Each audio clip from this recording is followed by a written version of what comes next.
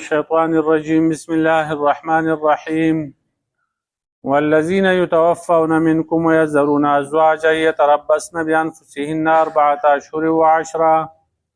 فإذا بلغن أجلهن فلا جناح عليكم فيما فعلن في أنفسهن بالمعروف والله بما تعملون خبير. ربط د مخکې سردار چې مخکې آیتونو کې د هغه زنانو عدت بیانېده چې هغه طلاقې شوي، اوس د هغه زنانو عدت بیانېږي چې هغه د هغوی خاوندان وفات شوي. نو داسې زنانه چې د هغو خاوندان وفات شي نو هغوی به 4 میاشتې او 10 ورځې عدت تېروي. بیا چې کله دغه نیټه پوره شوه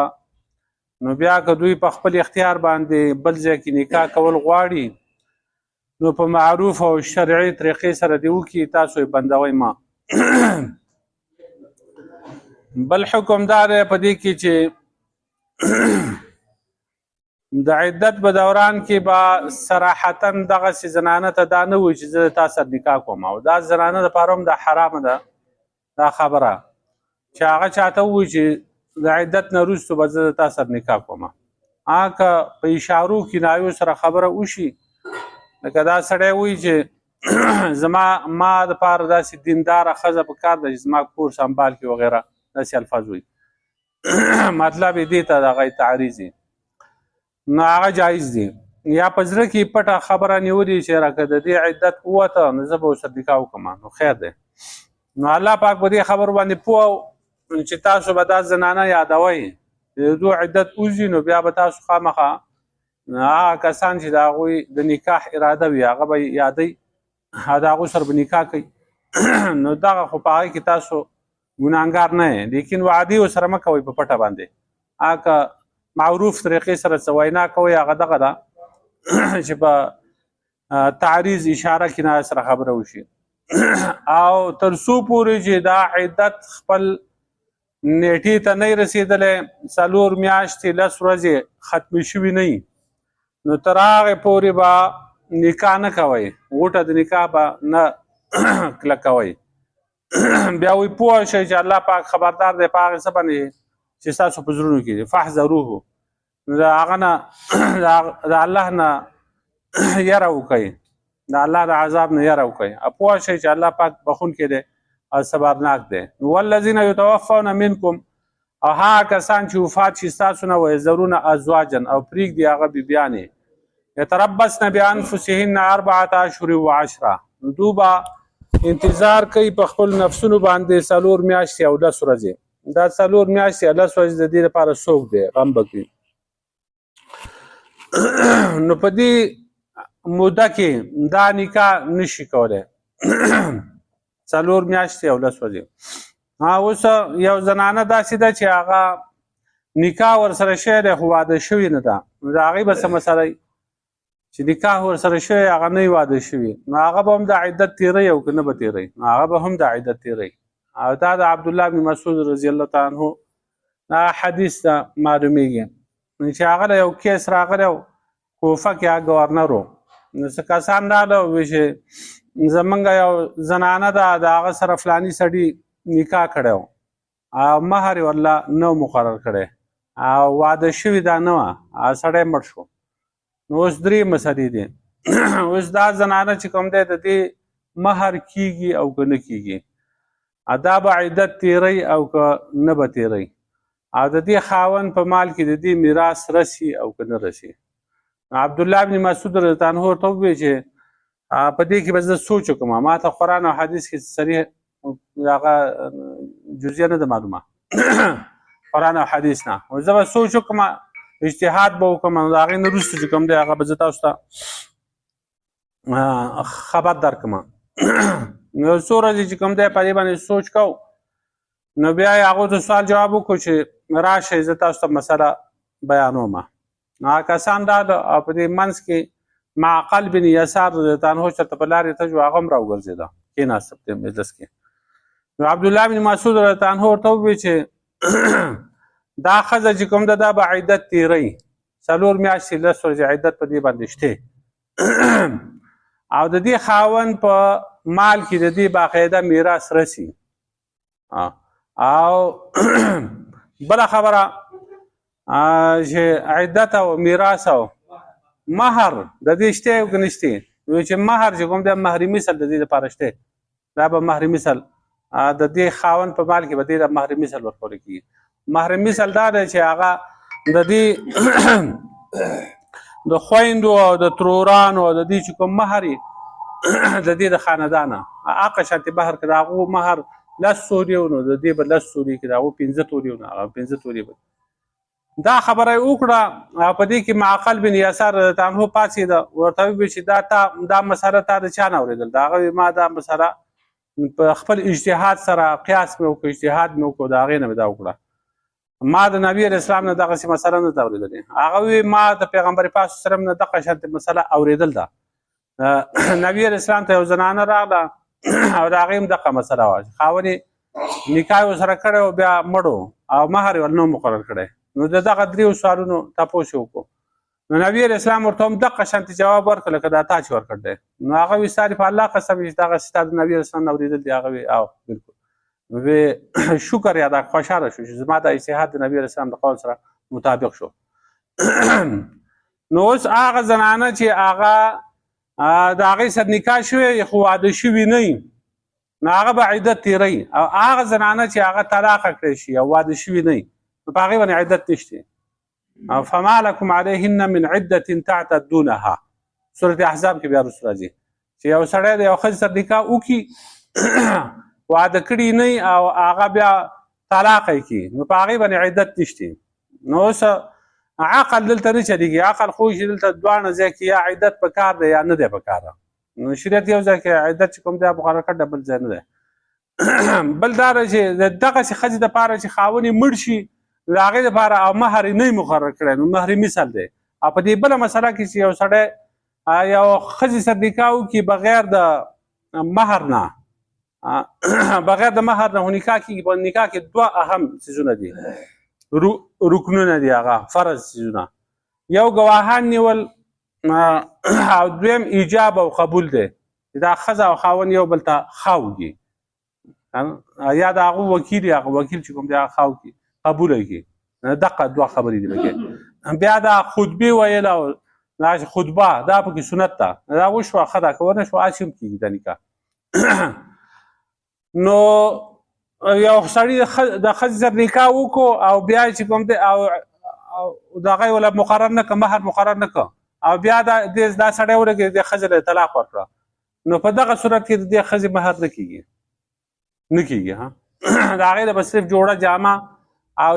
شی به ورکوي، هغه متعه چې کوم ده هغه مختلف قسم ده، د غلامه پورې د وینځې پورې دغه شانې کمیس پرتوګ او سازر او لوپاټه جامه پایزار او دا یا څه نغدې پیسې دا مختلف شي څومره د هغه سړي وس رسي هغه دې ورکړي. کم از کم یو جوړه جامه دا دې ور ورکړي به هغه دې رخصت کړي. نو چې طلاق یې ورکړي او نکاح یې ورسره کړی مهر نه مقرر، په هغې کې مهر نشتی، او چې نکاح یې کړی او بیا هغه سړی مړ شو نو په هغې کې بیا دغه شته مهر شته. دغه حدیث نه پته لګي. هغه کسان چې وفات شي ستاسو نه ویذرون ازواجا او پرېږدي بیبیانې یتربصن بانفسهن 4 اشهر و 10 نو دوی به انتظار کوي په خپل نفسونو باندې 4 میاشتې او 10 ورځې. فاذا بلغن اجلهن پس هر کله چې دوی ورسېدي هغه خپلې نیټې ته فلا جناح علیکم نشته دی ګناه په تاسو باندې فيما فعلن في انفسهن بالمعروف په هغه څه کې چې دوی کوي په خپل نفسونو باندې په معروفه طریقې د عرف مطابقه د شریعت مطابقه. نو د هغې نه وروسته دوی ته اختیار دی چې څه کوي. نو که بیا بل ځای کې نکاح کوي نو تاسو بیا مه منې کوئ، لکه مخکې هم دغه تدي دي. والله بما تعملون خبیر، الله پاک په هغه اعمالو باندې تاسو کوئ خبردار دی. ولا جناح علیکم فيما عرضتم به من خطبة النساء، او نشته دی ګناه په تاسو باندې په هغه څه کې چې تاسو اشارې کنایې کوئ په هغې سره، په هغه الفاظو کې چې په هغې باندې تاسو اشارې کنایې کوئ. من خطبة النساء د هغه غوښتنې د زنانو نه چې په هغې باندې تاسو زنانه غواړئ، غوښتنه کوئ. او اکننتم فی انفسکم، یا تاسو پټې ساتئ په خپلو زړونو کې خبرې، نو په دغه کې څه ګناه نشته. صراحتا به ورته دا نه وي په وخت د عدت کې چې زه تا سره نکاح کوم په وخت د عدت کې نکاح کیږي هم نه دغه مطلب نه دی خو چې عدت کې ورته دنده وایي چې د عدت دې تېر شو د دې نه وروستو به زه تا سره نکاح کوم دغسې به نه وایي صراحتا او که څه اشاري کنایي ورته استعماري لکه دا وایي چې زما دپاره یو داسې ښځه په کار ده پاک دامنه دینداره ښځه چې زما دا کور سنبال کړي نو په دې کې اشاره هغې ته وشوه هغه پوه شوه نو بیا وروستو که د هغې مرضي وه چې نکاح په ورسره وکړي او که په عدت کې دنده نکاح کوي نو هغه پرون هم موږ دا مسله کړې چې دغه عالم ته پته ده هغه خطیب یې راوستی دی هغه ته پته ده دا د دې عدت دی او نکاح کوي هغه کوم کسان چې ناست دي ګواهان هغو ته هم پته ده چې نکاح دا په عدت کې دنده ده او دا نکاح کیږي دا کافر کیږي وي او د دو ښځې په دو باندې طلاقېږي مرتد کیږي دغسې خو نه کیږي علم الله انکم ستذکرونهن پوه دی الله پاک چې یقینا تاسو یادوئ دا زنانه ولکن لا تواعدوهن لیکن تاسو به د دوی سره وعدې نه کوئ سرا په پټه باندې الا ان تقولوا قولا معروفه مګر دا چې تاسو ووایئ قول معروفه وینا ښایسته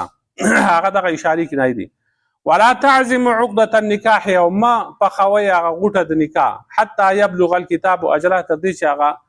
نیټه چې کوم ده هغه کتاب لیک خپل نیټې ته ورسي یعنی هغه عدت چې دی هغه پوره شي سر ته ورسي نو اله بیا د هغو سره نکاح کوئ هسې نه کېږي واعلمو پوه شئ ان الله یعلمو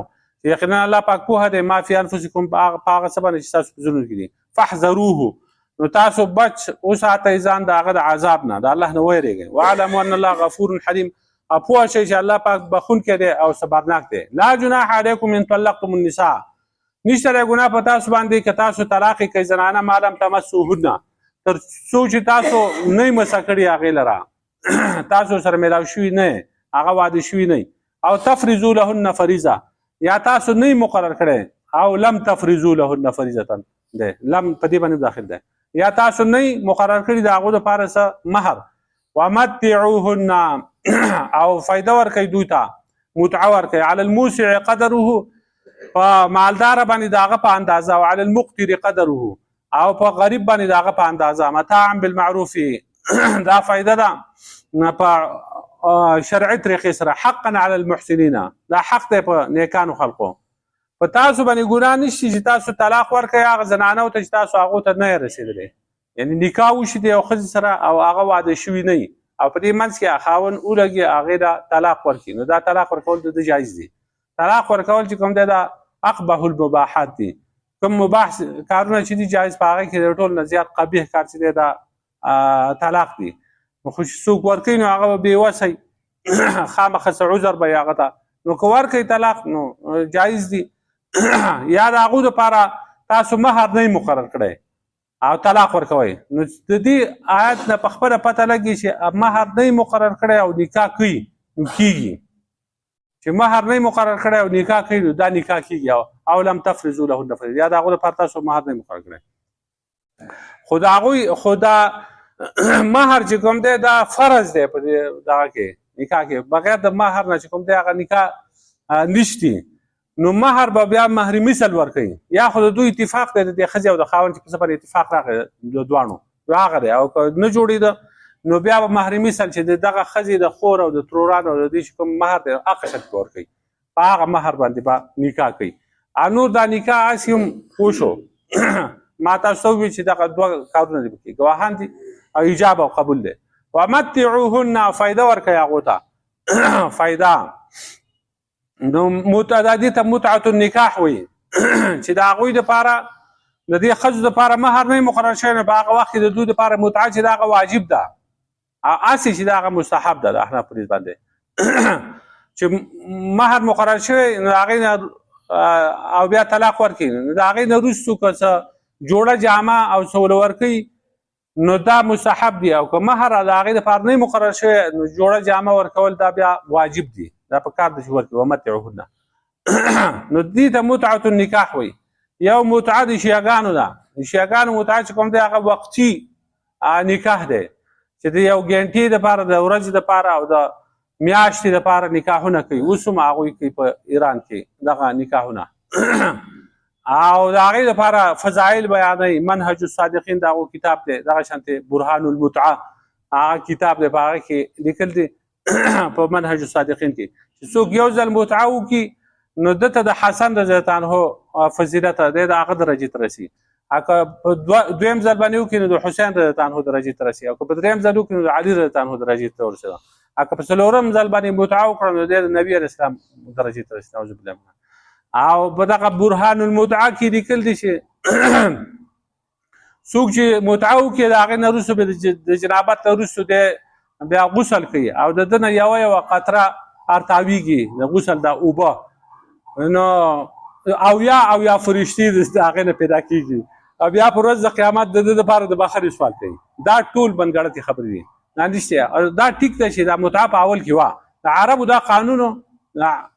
چې هغو به مخکې په جاهلیت په دور کې چې وقتي نکاح به هغو کوو، همیشه دپاره نکاح نه دا وقتي نکاح چې کوم دی همیشه دپاره خو کوي خلقه، خو وقتي طور نکاح به هغو کوو چې چېرته به لاړه ضرورت به پېښ شو د یو ښځې سره به پیسې به ورکړې 10 زره 20 زره روپۍ په هغې باندې به یو زه په دې علاقه کې 15 ورځې پاتې کېږم، ورځ پاتې کېږم، 2 ورځې پاتې کېږم، نو هغې نه به خپل خواهش پوره کړو، بیا به چې کوم دی ازاده یې کړه. داسې د میاشتې دپاره یو میاشت به یو سړی پاتې کېده په یو علاقه کې. اسلام چې راغی دغه حکم برقرار و، اول کې دا و، نو اسلام چې کوم دی هغې ته څه نه وي، نبي علیه السلام په هغې باندې رد نه کوو. نو په اول کې صحابه کرام هم دا متعې کړل دي، دا وي. وروستو بیا چې کوم دی د همیشه دپاره نبي علیه السلام دا حرام وګرځولی. د خیبر په غزا کې نبي علیه السلام چې کوم دی اعلان وکړو، صحابي ته یې پاسه اعلان وکړه چې د دې نه وروستو وي تاسو دا څه باندې کړ دي په دې کټو کې، نو خلکو یې دا د خره غوښې دي، وی اعلان وکړه چې د خره غوښې چې کوم دی خر چې دی دا د همیشه دپاره د قیامته پورې حرام شو، او متعې الله پاک حرام کړ دي، متعې الله پاک حرام کړي. نبي علیه السلام باندې وحی راغلی وه، نو د هغې په ذریعه باندې دا متعې چې کوم دی د هغه حرام دي. دا اهل سنت والجماعت علما دا په زنا وګشماري، دا زنا دي او هغه ورته دا جایز وي شیعګان. ومتعوهن، نو دا متعه د نکاح ده، علی الموسع قدره، په مالدار باندې د هغه د وس موافقه او په غریب باندې د هغه د وس موافقه. متاعا بالمعروف حقا علی المحسنین، دا فائده ده په معروف طریقه باندې حق دی په نیکانو خلقو. وان طلقتموهن من قبل ان تمسوهن، او که تاسو طلاق ورکوئ دوی ته مخکې د دې نه چې تاسو رسېدلي یې دوی ته، وقد فرضتم لهن فریضة، او په تاخیر سره تاسو مقرر کړی د دوی دپاره څه مهر، فنصف ما فرضتم، نو نیمه هغه مهر دی چې تاسو مقرر کړی، الا ان یعفونا، مګر که دا زنانه معاف کړي، نه غواړي دي چې دا نیم د نه هم نه غواړم، او یعفو الذي بیده عقدة النکاح، یا معاف کړي هغه سړی چې د هغه په لاس کې غوټه د نکاح ده، یعنې د دې ښځې هغه اولیا چې کوم دي هغه ورته معاف کړي. وان تعفو اقرب للتقوا، او دا چې تاسو معافي وکړئ یو بل ته، دا سړی د هغه ښځې نه هغه خپل تحفې هدیې ډالۍ دا نه غواړي، دا ښځه چې کوم دی د دې خاوند نه مهر ونه غواړي، اقرب للتقوا دا ډېر نږدې ده تقوا ته. ولا تنسوا الفضل بینکم، او مه هېروئ هغه فضل په خپل منځ کې، هغه احسان یو بل سره چې کوم احسانات د دې نه مخکې تاسو کړي وو هغه مه هېروئ. ان الله بما تعملون بصیر، یقینا الله پاک په هغه عمل باندې تاسو کوئ خبردار دی. اوس چې طلاق ورکړي مخکې د دې نه چې دا سړی دی ښځې ته نه دی رسېدلی، یعنې نکاح یې ورسره کړی دی او واده شوې لا نه ده، میلاو شوی نه دی، او مهر یې ورله مقرر کړی دی، نو په دغه صورت کې بیا نیم مهر د دې ښځې رسېږي. که دې ورسره میلاو شو نو بیا ټول مهر دی، او که نه میلاو شوی ورسره نو بیا نیم مهر دی. که هغه ښځه معاف کړي نو معاف شو، وایي دا نیم دی خو دا د نه هم نه علمه، یا د دې هغه اولیا دي د دې خپلوان دي پلار او رور او دغه هغه وایي شره دغه درته پاتې شو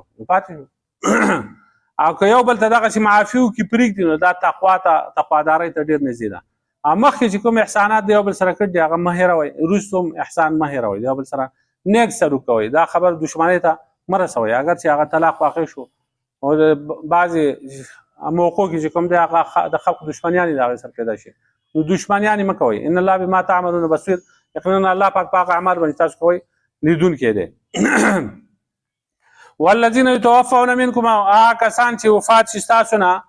ویذرون ازواجا، او پرېږدي بیبیان یتربصن بانفسهن 4 اشهر و 10، نو دوی به انتظار کوي په خپل نفسونو باندې 4 میاشتې 10 ورځې. فاذا بلغنا اجلهن، پس هر کله چې دوی ورسېدي خپل نیټې ته، فلا جناح علیکم، نشته دی ګناه په تاسو باندې، فیما فعلن فی انفسهن بالمعروف، هغه څه چې دوی کوي په خپل نفسونو باندې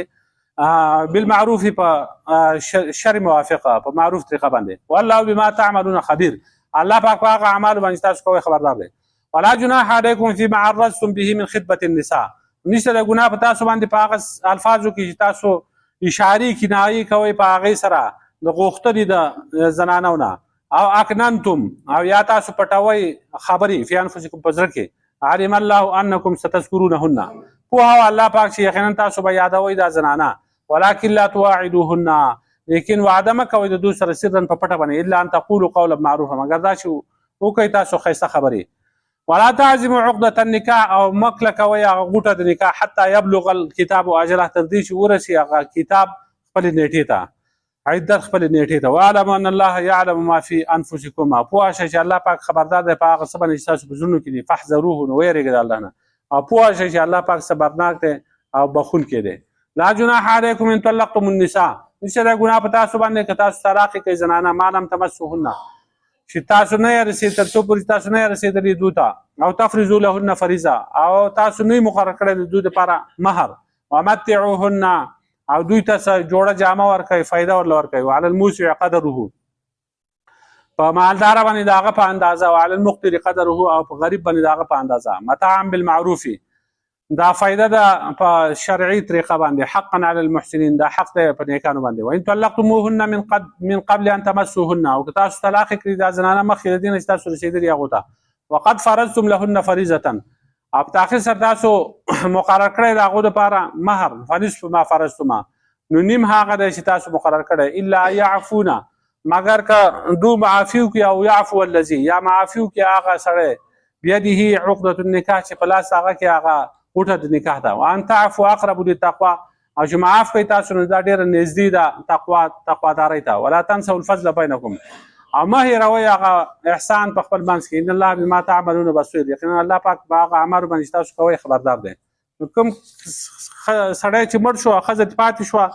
نو د هغې دا عدت دی دا 4 میاشتې 10 ورځې. خو دا د هغه زنانه چې هغې سره بچی نه ګورئ، دا خبره یاد ساتئ. که هغې حمل و بچی، نو د هغې عدت بیا وضع د حمل ده، چې دا بچی کله وشو، که په دا خاون یې په تخته باندې پروت دی، بچی وشو، د دې عدت ختم شو، صرف څلوېښتي به چې کوم دی هغه تېروي. او که میاشت پس بچی وشو، که 9 میاشتې پس بچی وشو، نو بس بچي په پیدا کېدو باندې بیا د هغې عدت وي. لا اله الا انت سبحانك اني